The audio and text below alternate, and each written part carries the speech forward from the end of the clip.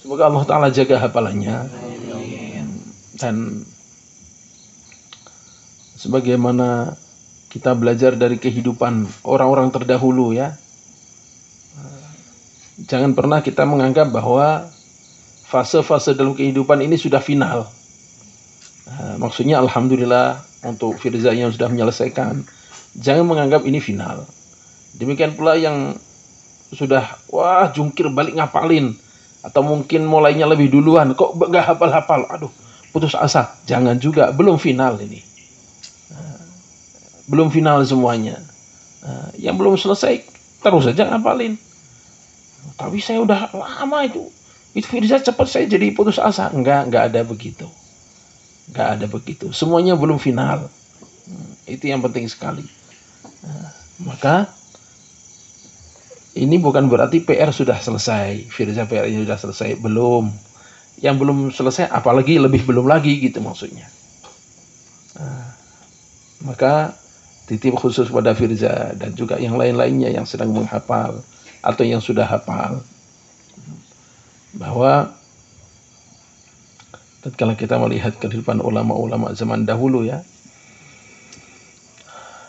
yang sangat mereka utamakan dan pentingkan sekali adalah masalah qabuliyah, penerimaan oleh Allah Subhanahu wa taala. Itu yang sangat menjadi titik berat mereka. Imam Syafi'i rahmatullah alaih mengatakan bahwa sebenarnya Imam Laits bin Sa'ad ini beliau kealiman lebih daripada Imam Malik sebenarnya. Cuman ada sisi lain mungkin yang hanya Allah Ta'ala yang tahu. Kitab-kitab Imam Malik lebih qabul gitu. Madhabnya lebih dijaga oleh Allah hingga hari ini. Mereka hidup di zaman yang sama, Imam Malik, Imam Laits bin Sa'ad, dan Imam Syafi'i rahmatullah alaih ini. Sampai kitabnya Muwatta pun, waktu beliau sedang menulis, santrinya ada yang mengingatkan, Tuan Guru, kitab Muwatta, kitab hadis yang judulnya Muwatta itu udah banyak banget. Kenapa sekarang nulis kitab hadis kasih nama Muwatta juga, gak dikasih nama yang lain gitu. Maka kata beliau ringkas saja, maka nalillah fahuwal baqi, yang karena Allah itu yang akan abadi.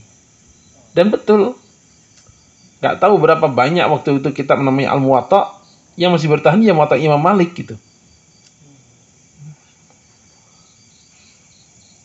Itu menjaga qabuliyah itu yang sangat penting. Bagaimana setelah selesai kemudian menjaga Qur'annya dan menjaga ini, soalnya nggak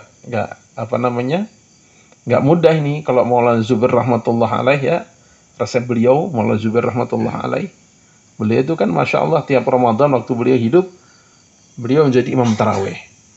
Dan Abi Yasri belum pernah makmum pada beliau. Katanya makmum hampir nggak ada salahnya kalau imamin itu. Hampir nggak ada salahnya di tengah-tengah kesibukan beliau memimpin musyawarah dakwah dan sebagainya, itu bisa menjaga Qur'annya, Ramadan bisa ngimamin gitu. Dan hampir nggak ada yang salah. Masya Allah. Kita rasakan ya, kita tinggal di pesantren tiap hari ngajar Quran aja, ngimamin Ramadan masih maju mundur, masih dorong-dorongan gitu. Ini orang yang hari-harinya duduk musyawarah, mimpin musyawarah, mikir umat seluruh dunia, bisa begitu. Maka beliau memberikan resepnya. Sederhana sebenarnya. Tiap hari murajaah 1 juz, diulang 3 kali. Udah itu aja. Tiap hari murajaah 1 juz, diulang 3 kali.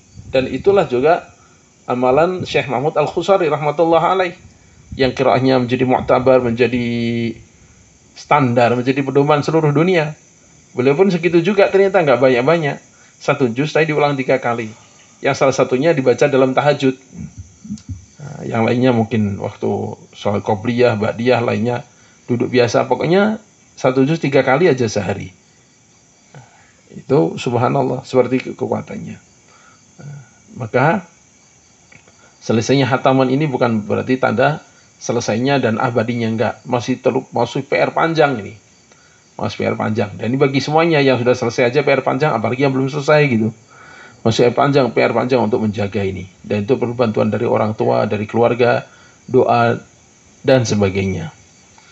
Kemudian bagi yang belum selesai, juga pasang tekad, pasang target yang kuat. Sebab umur kita ini pendek, nggak ketahuan kapan selesainya. Kapan selesainya? Semaksimal mungkin, nah, konsentrasi, waktu, penggunaan itu terutama. Allah Ta'ala nggak akan menyanyiakan keseriusan seorang. Walaupun mungkin nampaknya nanti sama-sama seriusnya, yang satu ternyata Allah Ta'ala kasih lebih cepat, yang satu lambat. Yang lambat ini pun nggak akan Allah sia-siakan gitu. Asalkan keseriusannya beneran. Seperti Abu Yabal sering ceritakan tuh, Imam Hafiz atau Imam Asim itu, salah satu dari dua orang itu waktu ngapalin Qur'annya zaman dulunya waktu masih nyantri, ngapalin Qur'annya termasuk lambat itu, 10 tahun baru selesai. Andaikan itu dibandingkan dengan zaman sekarang, wah, lama, nggak apal-apal gimana itu. Tapi beliau makbul gitu. Dia itu yang qiraahnya sekarang kita baca di seluruh dunia itu. Mayoritas umat Islam pakai qiraah beliau. Waktu ngapalin 10 tahun baru selesai coba. Maka ini PR perlu dijaga. Hafalan dijaga, qabuliyah diusahakan, dan bisa beri manfaat seluas-luasnya. Kemudian karena memang bolak-baliknya zaman ini akan makin susah menjaga diri dari fitnah itu. Maka dua hal yang kami ingin pesankan. Sebagaimana dalam fadilah sedekah itu. Dan kita inginkan semuanya santri-santri kita dapat dua-duanya. Dan dalam fadilah sedekah itu diceritakan yang kesimpulannya bahwa untuk keberkahan rizki itu adalah berbakti pada orang tua. Itu kunci keberkahan rizki. Kunci keberkahan ilmu adalah berbakti, berkhidmat, ada pada guru. Nah, dalam kitab Syadzaratul Zahab, ada seorang sangat dekat pada Allah, Syekh Yusuf Hamdani rahmatullah alaih, yang dikenal sebagai wali begitu. Dan orangnya sangat takwa, sangat zuhud, sangat luar biasa. Suatu ketika kedatangan 3 orang tamu. Satu Ibnu Saqqa, seorang yang terkenal sangat ahli debat, ahli fikih, pakar dan hafal Quran juga. Satu Ibnu Isrun, orang soleh gitu. Yang satu lagi ini Syekh Abdul Qadir Jalani. Maka dijalani karena mereka berkawan, ngobrol-ngobrol, mau apa kita?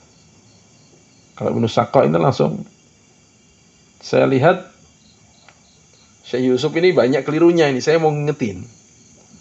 Saya akan mendebat supaya dia sadar bahwa dia banyak kelirunya. Kalau saya sih enggak lah. Saya ini siapa? Kalau saya jujur aja, pengen didoakan supaya saya jadi orang kaya. Yang kedua ini. Kalau Syekh Abdul Qadir dia lebih rendah lagi. Saya bukan siapa-siapa. Saya hanya ingin dapat keberkahan ilmunya saja, enggak lain dari itu. Dan subhanallah, baru duduk menghadap, itu terasa semuanya tiga-tiganya. Oleh beliau langsung, ya kalau bahasa kita kedeteksi gitu. Sampai dalam satu kisah itu, dalam satu riwayat lain, Syekh Yusuf mengatakan pada Ibnu Saqqa ini, kok saya cium bau tembaga dari kamu ini ya?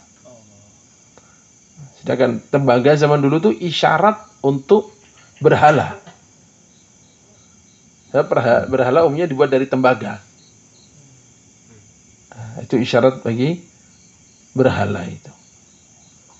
Adapun yang kedua didoakan. Yang ketiga, insya Allah Allah berkahi kehidupan kamu. Dan nyata, Syekh Abdul Qadir Jalani ya, kita udah kenal semuanya. Sangat tidak asing. Ibnu Isrun juga Allah beri kekayaan sangat melimpah. Nah, yang kasihan Ibnu Saqqa ini, subhanallah, kesini, makin jauh dari agama, sampai hafalannya hilang semuanya. Hilang semuanya, sampai akhirnya naudzubillah murtad. Maka orang-orang datang, wahai Ibnu Saqo, kami dulu dengar kamu ini kan hafal Quran. Setelah kamu beda agama masih ada gak yang tersisa? Masih satu ayat lagi. Apa? Rubama yawaddul ladzina kafaru law kanu muslimin. Orang-orang kafir, mereka berangan-angan alangkah indahnya andaikan mereka ini muslim. Tinggal penyesalan. Sampai dalam itu apa, Hayatul Hayawan gitu. Jadi saking busuknya mulutnya itu, sampai namanya lalat itu dikipasin datang lagi, penuh mulut. Apa lalat di mulutnya itu. Naudzubillah taala, naudzubillah. Maka jaga betul itu. Dan ya contoh orang-orang yang sudah sukses itu banyak gitu. Sampai katakan Sayyidina Ali radhiyallahu anhu sudah cukup menjadi pelajaran bagi kita. Man 'alamani harfan fahna 'abduhu. Insya'a a'taqni wa insya'a ba'ani. Barang siapa mengajariku satu huruf, maka dia itu guru saya dan aku menjadi budaknya. Terserah dia mau dimerdekakan atau mau dijual, terserah dia pokoknya. Itu Sayyidina Ali radhiyallahu anhu sampai seperti itu. Maka dalam kehidupan ini kami lihat ya, yang nggak jauh dari itu memang. Keberkahan ilmu, yang kemudian ilmunya banyak dimanfaatkan, banyak merubah kehidupan dan sebagainya, itu salah satunya adalah adat dan ta'zim pada gurunya itu. Dan sebaliknya juga tidak sedikit orang yang bergurunya Masya Allah udah sekian belas tahun, sekian puluh tahun bahkan, tapi Allahu Akbar, kebaikan-kebaikan dilupakan, gurunya dilupakan. Ya udah, walaupun ceritanya kitabnya berlemari-lemari, tapi ya Allahu Akbar. Itu yang cerita guru kami sendiri waktu di Pakistan. Waktu saya belajar, kata beliau, saya ini bukan termasuk yang pintar. Ada teman saya itu, beliau ini mufti, waktu mengajar itu udah mufti terkenal lah. Waktu saya belajar, ada teman saya cerdas yang luar biasa. Saking cerdasnya, dia itu sering mengoreksi gurunya. Wah, guru ini gak benar, guru ini. Makanya dalam ta'lim itu Allah Ta'ala buktikan apa itu? Dia menjadi orang suruhan orang kaya. Jadi kalau dalam ta'lim itu ya, seorang walaupun ilmunya banyak, tapi kemudian di masyarakatnya, jadi ukuran tahunnya kan setelah di masyarakat. Di masyarakatnya jadi suruhan orang kaya, jadi suruhan pemerintah, itu udah kehinaan itu. Walaupun uangnya banyak ya. Jadi standarnya bukan banyak sedikitnya uang, bukan. Kata beliau begitu. Itu dulu waktu belajarnya Quran adab, dan setelah itu ya makin jauh ya. Mungkin ilmunya masih banyak, tapi tetap Allah Ta'ala kasih hukuman seperti itu. Maka sangat diharapkan baik yang baru selesai ngapalkan atau yang sedang dalam proses, hendaknya terus menjaga hubungan baik. Dan contoh itu ya para sahabat. Tapi Abu ya cerita sedikit tentang Abu ya sendiri. Ya alhamdulillah, cuma alhamdulillah. Jangankan ke guru ngaji ya, Abu ya ke guru sekolah aja.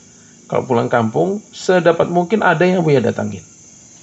Walaupun kadang-kadang nggak kesampaian, tapi Abu usahakan.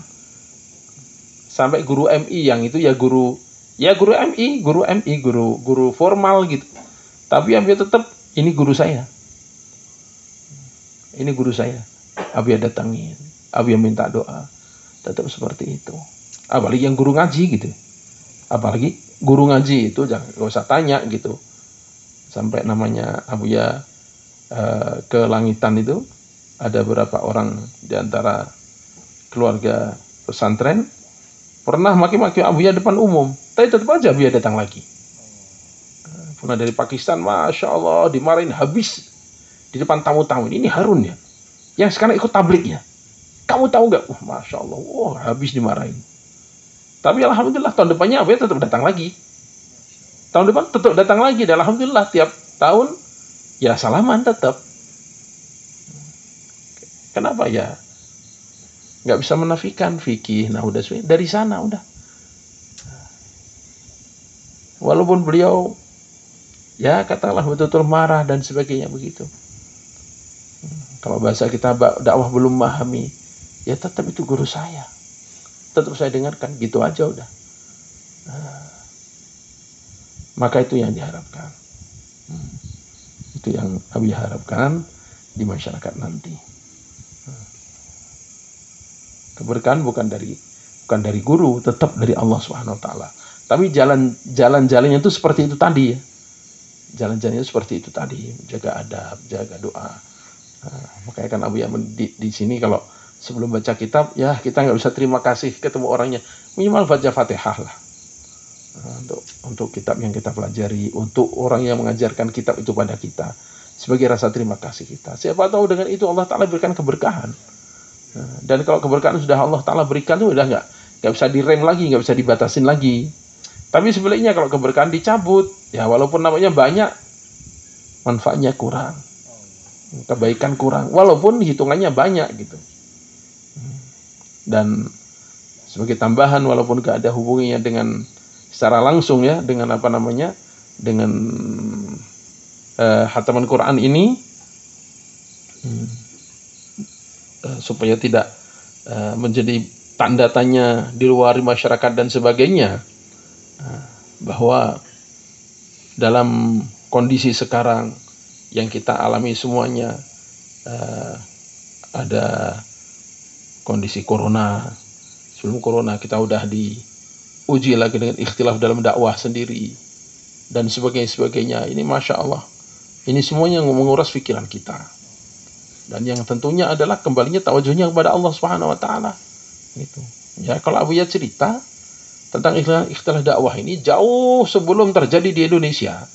2015 Abu Ya udah dengar, udah melihat sendiri, udah datang sendiri ke Nizamuddin, melihat sendiri kenyataan. Cuman nggak bisa cerita ke siapa-siapa, karena dengan harapan jangan sampai terjadi di Indonesia gitu. Hanya bisanya doa dan nangis saja. Udah saking sumpek, udah mentok, udah bingung. Akhirnya udah Januari 2017 berangkat umroh. Tawaf khusus untuk minta penyelesaian pada Allah. Ini harus gimana saya ini? Mau ngomong dengan siapa nggak tahu, di Indonesia belum ada yang dengar, kecuali beberapa gelintir yang paham bahasa Urdu aja. Masya Allah, ya Allah, udah alhamdulillah malam itu bisa nempel ke multazam. Ya Allah, berikan jalan keluar ya Allah. Udah pusing ya Allah ini, nggak tahu harus ngomong sama siapa, harus gimana sikap saya, harus melangkah gimana. Pokoknya minta ya Allah, ini udah malam terakhir ini. Ya Allah, beritahukan ya Allah, harus gimana ini. Udah namanya sholat hajat, istighfar, udah nggak usah tanya lah itu. Udah mentok di multazam, udah pusat tempat paling makbul seluruh dunia itu. Itu ceritanya kalau mau diceritakan. Ya alhamdulillah, Allah SWT yang menggiring tanpa diminta. Keesokan harinya ketemu dengan murid Maulana Zakaria rahmatullah alaih, Maulana Abdul Hafidh, yang seminggu kemudian beliau meninggal dunia setelah itu di South Africa. Kita waktu itu ambil sanad aja niatnya, hanya ambil sanad. Tengah-tengah ambil sanad datang mufti dari Dioban. Habis bergetar dalam hati, ya Allah, apa ini jawaban doa semalam. Udah selesai ambil sanad, makan. Tahu-tahu beliau berdua lagi diskusi. Ringkasnya mufti Dioban tanya, Maulana, antum sebagai orang tabligh, kenapa sekarang jadi begini? Dulu kita puluhan tahun tabligh dengan Dioban ini nggak pernah ada masalah, selalu bareng. Ini kenapa kalian membuat masalah ini? Kami didesak umat 8 tahun kami menahan, sehingga akhirnya terpaksa kami keluarkan fatwa. Ini kami terpaksa. Tolong sekarang kamu jawab, kenapa kalian sampai begini, ini kenapa? Kata beliau, jangankan kalian, kami orang dalam pun pusing. Kami udah nasihati tapi nggak mempan. Akhirnya muncul fatwa-fatwa gini. Allahu Akbar. Ya sudah, Habib pamit, udah ini jawaban dah cukup ini. Sebab kita tahu dari dulu para masyayikh dakwah itu nggak pernah mau menjawab masalah masail ya.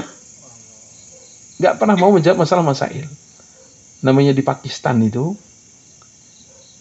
ke Maulana Jamshid almarhum dan jangan kan tanya masail, minta nama aja nggak dikasih.